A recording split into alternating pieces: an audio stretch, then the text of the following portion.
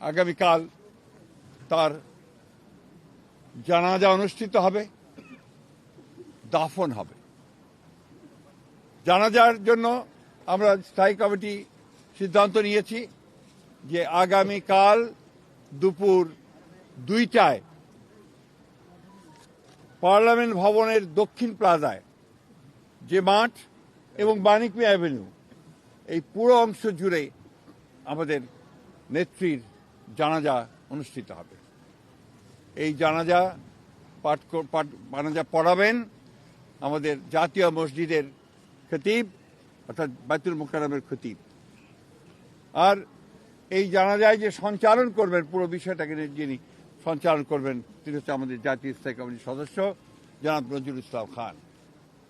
এরপরে আমাদের স্বাধীনতার ঘোষক, বহুদলীয় গণতন্ত্রের প্রবর্তক, বাংলাদেশের আরেক কিংবদন্তির নেতা যাকে রাখাল রাজা বলে এই দেশের মানুষ, তার মাজারে তারই পাশে আমাদের এই মহান নেত্রীকে সমাধিস্থ করা হবে, দাফন করা হবে।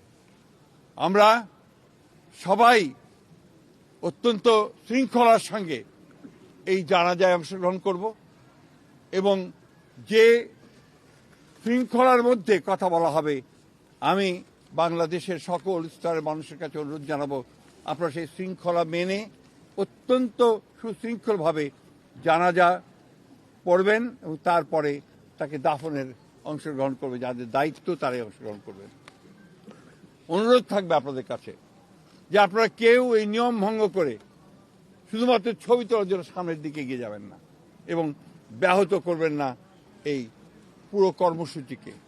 আপনাদের আমরা বিশ্বাস করি দেশনেত্রীর প্রতি আপনাদের যে সম্মান, যে শ্রদ্ধা, সেটাকে অটুট রাখার জন্য আপনারা সেই শৃঙ্খলা রক্ষা করবেন এবং সর্বাত্মকভাবে সহযোগিতা করবেন এই জানাজা এবং দাফন কার্য সুচারুরূপে সমাধা করতে।